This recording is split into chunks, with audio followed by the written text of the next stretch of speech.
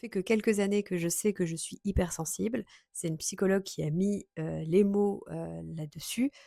Au-delà des émotions, il y a aussi, une hypersensibilité, olfactive, c'est-à-dire que, les odeurs, me dérangent assez vite ou, me plaisent aussi assez vite. Enfin voilà, c'est un peu, voilà, j'adore sentir des choses comme je déteste aussi sentir des choses dont je me passerais bien.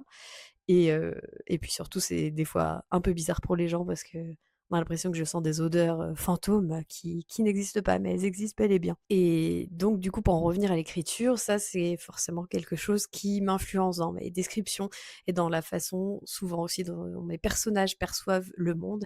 Les odeurs sont souvent, présentes. Elles servent à réévoquer des souvenirs, mais elles servent aussi à évoquer des attachements à certaines personnes quand, une odeur, devient obsédante ou réconfortante. Et je pense que ça se retrouve aussi forcément dans mes personnages qui ont des sensibilités, sur l'odorat, ça peut être aussi sur, le toucher. Enfin voilà, il y a souvent un sens, exacerbé qui, leur fait appréhender le monde. Donc du coup, je suis beaucoup dans des descriptions, très sensorielles.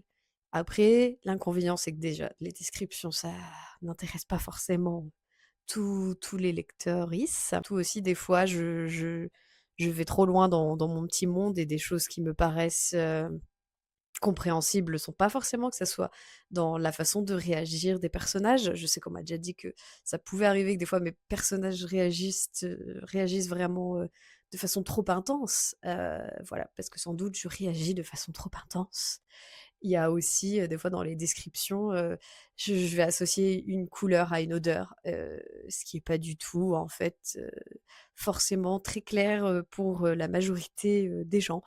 Voilà, du coup, ça c'est presque de la synesthésie. Je ne vois pas le monde de façon synesthésique, mais quand j'écris, je peux avoir cette tendance, à mélanger, des éléments entre eux.